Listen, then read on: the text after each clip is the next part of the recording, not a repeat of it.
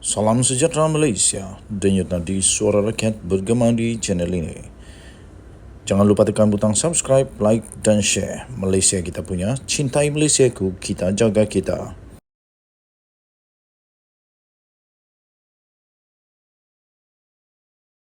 Salam sejahtera Malaysia, denyut nadi suara rakyat bergema di channel ini. Baru sebentar tadi diumumkan oleh Menteri bagi Undang-Undang, Menteri di Jabatan Perdana Menteri Undang-Undang dan Reformasi, Datuk Seri Azalina Osman Said telah mengumumkan perkara yang sah dan sahih berkenaan dengan kes berprofil tinggi.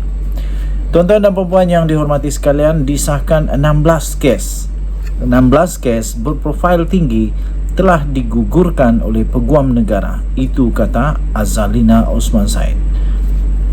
Tuan-tuan dan puan, Azalina berkata pada fasal itu memberi budi bicara kepada Peguam Negara untuk membuat keputusan memulakan, menjalankan atau memberhentikan apa-apa prosiding bagi suatu kesalahan.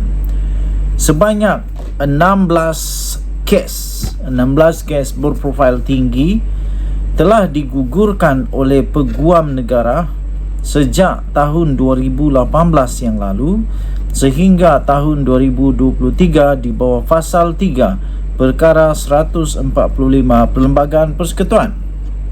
Menteri di Jabatan Perdana Menteri Undang-Undang dan Reformasi Institusi, iaitu Datuk Seri Azalina Osman Said berkata, fasal itu memberi budi bicara kepada Peguam Negara untuk membuat keputusan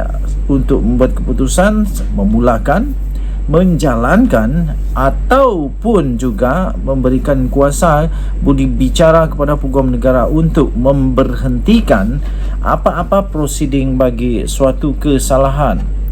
Daripada jumlah 16 kes terbabit, Mahkamah telah memerintahkan 13 kes dilepas dan dibebaskan daripada pertuduhan dan 3 kes lagi dilepas tanpa dibebaskan di bawah Seksyen 254/3 Kanun Tata Cara Jenayah.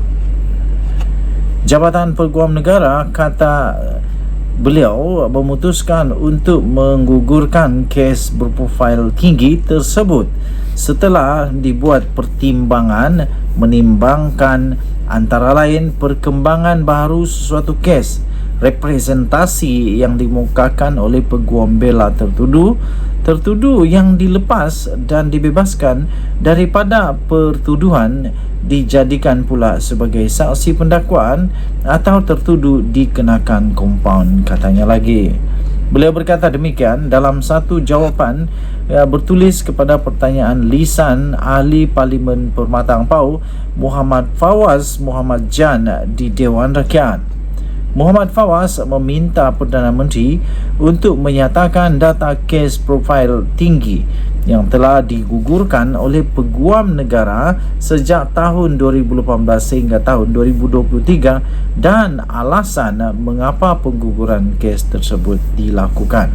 Mengulas lebih lanjut, Menteri di Jabatan Perdana Menteri itu turut berkata yang juga adalah Parlimen Pengerang itu memberitahu Jabatan Peguam Negara menegaskan bahawa keputusan untuk mengenakan atau menggugurkan pertuduhan terhadap mana-mana orang adalah berdasarkan kepada keterangan dan fakta hasil daripada penyiasatan. Tambahnya lagi, keputusan yang dibuat itu adalah dengan adil berdasarkan keterangan dalam kertas siasatan, berlandaskan teras integriti bagi memastikan mangsa, saksi, tertuduh dan orang awam memperoleh keadilan sewajarnya selaras dengan bidang kuasa Peguam Negara yang telah diperuntukkan di bawah Perkara 145/3 Perlembagaan Persekutuan. Denyut nadi suara rakyat bergema di channel ini. Bye-bye. Salam sejahtera Malaysia. Polis Diraja Malaysia memang terbaik. Denyut nadi suara rakyat bergema di channel ini.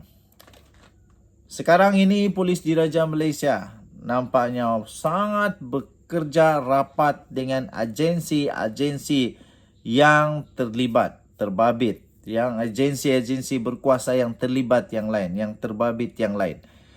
Ini membuatkan kejayaan demi kejayaan oleh PDRM, membuatkan pensakau-pensakau, membuatkan penjanaya-penjanaya, membuatkan semua penipu-penipu, pencuri-pencuri, perompak-perompak mulai ketak lutut. Kerana kejayaan cemerlang PDRM ini, lah ni dah ramai orang mulai nak bubui mulut. Dah ramai orang nak start cari kasut kat mana, selipak kat mana. Kerana apa? Kerana nak cuba sembunyi ke? Taklah. Mana pun nak sembunyi, tetap kena jumpa juga. Polis Diraja Malaysia mengumumkan telah mengenal pasti syarikat dan individu yang ada kaitan dengan rampasan dadah hampir 1 bilion tu. Rampasan dadah lebih 789 juta ringgit Malaysia di Australia. Hoyo! Polis Diraja Malaysia, PDRM, mendapati ada tak ada perkataan dua. Polis Diraja Malaysia mendapati ada pembabitan ahli sindiket dari Malaysia yang mempunyai kaitan langsung dengan penangkapan di Australia bagi kes penyeludupan dadah seberat 336 kilogram melalui Pelabuhan Klang pada 13 Mac yang lalu. Menteri Dalam Negeri Datuk Seri Saifuddin Nasution Ismail berkata, PDRM juga sudah mengenal pasti syarikat dan individu yang mempunyai kaitan dengan kes berkenaan. Kita lihat nanti, adakah orang besar juga akan terkait dengan kes ini? Adakah jerung-jerung juga yang terkait dengan kes ini? Bagaimana dadah 336 kilogram ini boleh dapat keluar yang melalui Pelabuhan Klang. Tapi tahniah diucapkan kepada PDRM, memang hebat. Katanya hasil siasatan mendapati konsignmen bagi penghantaran dadah jenis heroin yang dianggarkan bernilai 789.56 juta itu dihantar pada 28 Februari lalu dengan menggunakan kargo melalui laluan laut dari Malaysia yang tiba di Brisbane, Australia pada 13 Mac yang lalu.